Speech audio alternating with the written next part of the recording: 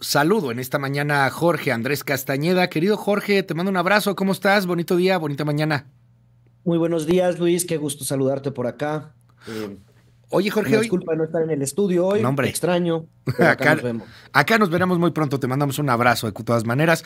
Oye, Jorge, cuéntanos. Hemos estado platicando aquí en estas intervenciones los martes sobre las deudas que tiene el gobierno actual, el gobierno federal.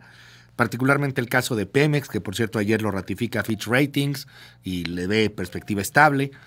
Pero bueno, cada vez hay más declaraciones, más información en torno pues, a deudas que hay, a proveedores, a colaboradores, etcétera, que se están quedando sin recursos, a un problema que puede explotar muy fuerte el siguiente año. Cuéntanos.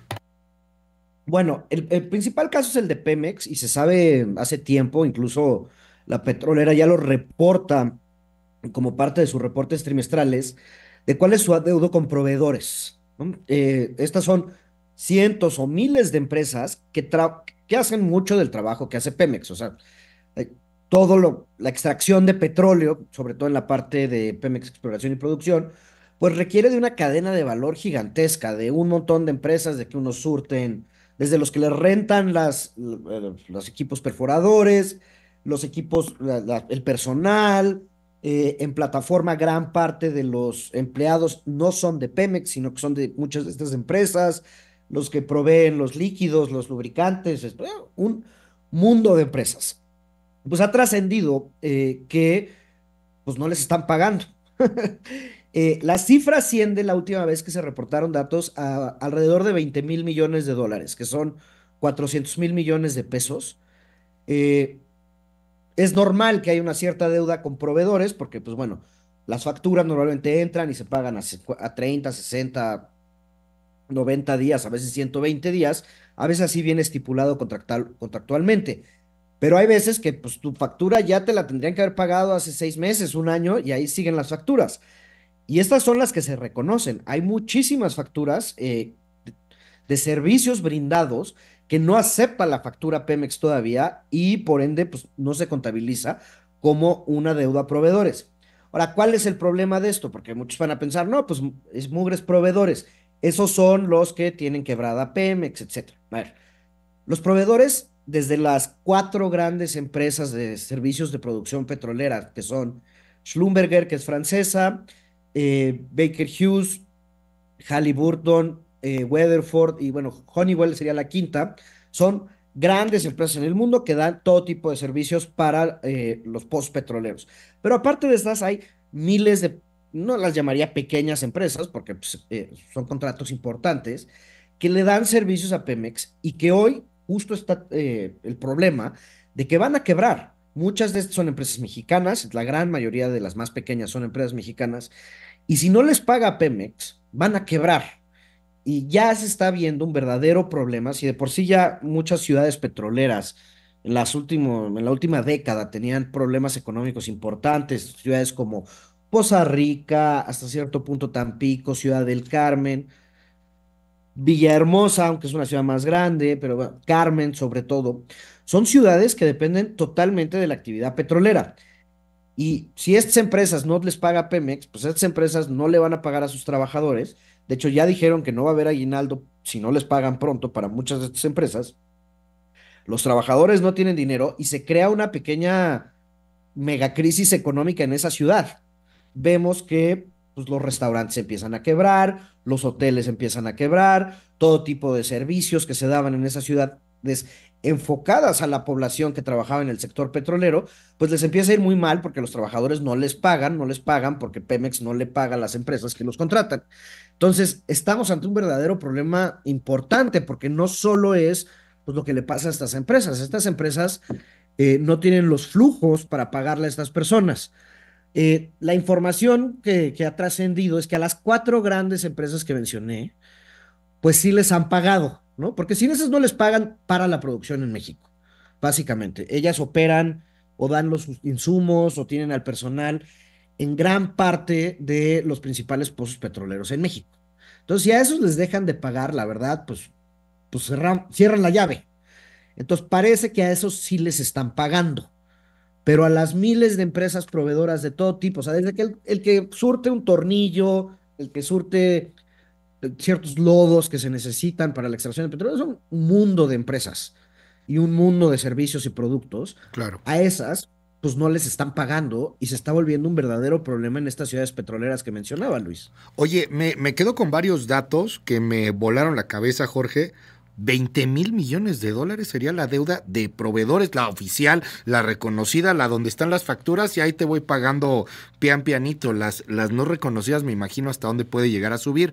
Pero aquí viene el argumento político y empiezan a decir, ah, claro, es que le están echando la culpa a la 4T, pero ya recibieron a Pemex muy quebrado. Esto no es culpa de esta administración, es que ya viene desde hace mucho tiempo porque el PRIAN lo robó, etcétera, etcétera. ¿Qué decir frente a ello? Máxime cuando hoy tienes a Octavio Romero Oropesa, pues como presidente, como director en el Infonavit y fue director de Petróleos Mexicanos y tiene estos resultados. ¿Fue culpa de esta última administración, de estos últimos 6 años, o esto ya iba a pasar sí o sí? Ahora, hay varios temas, o sea, sí recibe el gobierno de Andrés Manuel López Obrador a Pemex en una situación delicada. Eso es innegable, los niveles de deuda eran muy altos, la producción venía a la baja,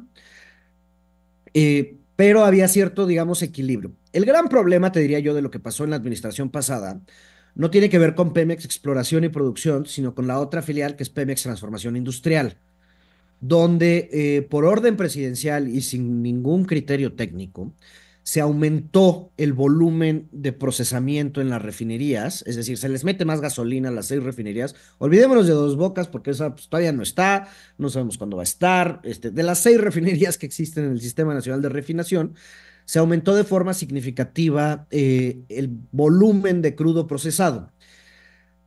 Desafortunadamente, por las condiciones tanto de las refinerías en las que están, son muy viejas, hay una, incluso creo que Madero es de principios del siglo XX, hazme el favor, más la mezcla mexicana que tenemos para, que ya no es la óptima para meter a estas refinerías, se empezó a quemar dinero en Pemex Transformación Industrial a un nivel impresionante.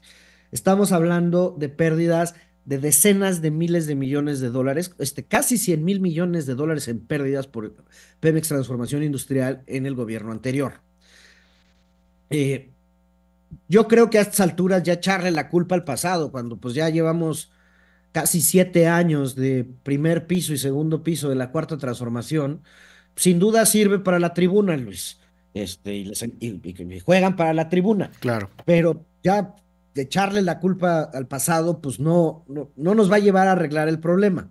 Ahora, regresando al tema de los proveedores, esto que te platicaba de Pemex Transformación Industrial, pues tiene apretadísimas a las finanzas de la empresa, ¿no? Ahora empresa pública, antes empresa productiva del Estado. No hay dinero, no hay dinero para pagarle a estos proveedores. No es de que no se les quiera pagar, es que no hay. ¿Mm? Pemex no tiene el flujo de caja necesario para hacer obligación a estas obligaciones. Porque también hay que recordar que aunque dicen que le bajaron la deuda bajó como de 108,000 millones de dólares a 103,000. O sea, tampoco bajó tanto. Y hay que pagar toda esa deuda y hay obligaciones en el corto plazo de esa deuda. Y lo último que puede hacer Pemex es dejar de Ujú. pagar esa deuda porque eso la metería en una situación de default que tendría implicaciones terribles para toda la economía mexicana, todas las, Sí, claro. digamos, las consecuencias que algo así tendría.